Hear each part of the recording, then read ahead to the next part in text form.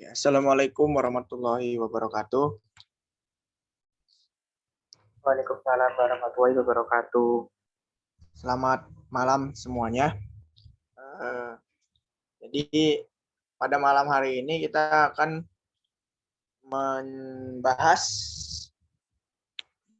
sebuah materi dari pelajaran Kalkulus 2, yaitu materi tentang luas dataran. Oke, pada pembahasan kali ini yaitu kita beranggotakan atau ada beberapa peserta, ya ini Mas Isma sama Mas Iman, dan satu lagi Mbak Mita. Oke.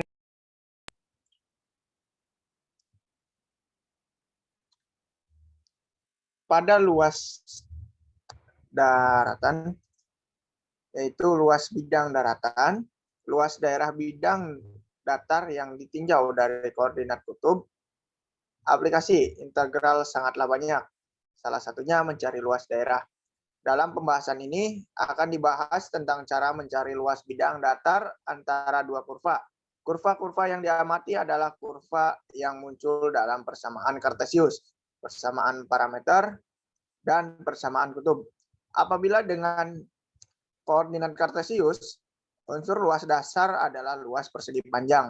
Namun apabila dengan koordinat kutub, unsur luas dasar ini adalah luas suatu juring atau sektor lingkaran. Dalam menggunakan persamaan-persamaan tersebut, ada beberapa langkah yang digunakan untuk menentukan luas daerah. Bidang yang rumit adalah sebagai berikut. A. Menggambar fungsi yang diketahui. B. Mengiris bidang yang akan diukur luasnya menjadi irisan-irisan kecil dan memberi label pada satu irisan tertentu. Selanjutnya, menghampiri luas irisan tertentu ini dengan menganggapnya berupa sebuah segitiga. Menjumlahkan hampiran-hampiran luas irisan tersebut. Mengambil limit dengan lebar masing-masing irisan mendekati 0, sehingga diperoleh suatu integral tertentu. Next. Kelima langkah di atas dapat diilustrasikan dengan contoh sederhana berikut. Dalam bagian ini kita akan memperhatikan bidang datar yang dibatasi oleh kurva tipe equation Hertz, di mana R1 sama dengan F theta lebih dari 0. Dan garis theta sama dengan alfa dan theta sama dengan beta. Seperti pada gambar 1. Perhatikan gambar berikut. Next. Rumus untuk luas bidang datar tersebut dapat dipandang secara intuisi dengan memperhatikan suatu irisan delta L. Irisan tersebut diperoleh dengan memandang dua juring dari suatu lingkaran berjari-jari R1 dan R2 dengan sudut pusat delta theta seperti dalam gambar 1 sebelah kanan. Berdasarkan rumus luas suatu tembereng dari suatu lingkaran dengan jari-jari R dan sudut pusat theta, maka dapat dirumuskan sebagai L sama dengan setengah R kuadrat theta. Diperoleh luas tembereng OBB dan OAA berturut-turut, yaitu LOBB sama dengan setengah R1 kuadrat delta theta dan LOAA sama dengan setengah R2 kuadrat delta theta. Next. Sehingga dapat dirumuskan menjadi delta L sama dengan LOBB dikurangi LOAA sama dengan setengah dalam kurung R1 kuadrat dikurangi R2 kuadrat dikali delta theta. Berdasarkan jumlahan tak hingga akan diperoleh L sama dengan setengah himpunan B dan A di dalam kurung R1 kuadrat min R2 kuadrat dikali D theta. Itu merupakan persamaan yang pertama. Next. Hubungan antara koordinat kutub dengan koordinat kartesian. Yang pertama, kedudukan P pada sumbu X, yaitu P sama dengan R cos theta, Yang kedua, kedudukan P pada sumbu Y, yaitu P sama dengan R sin theta. Yang ketiga, R kuadrat sama dengan X kuadrat ditambah Y kuadrat. Maka R sama dengan akar dari X kuadrat ditambah Y kuadrat.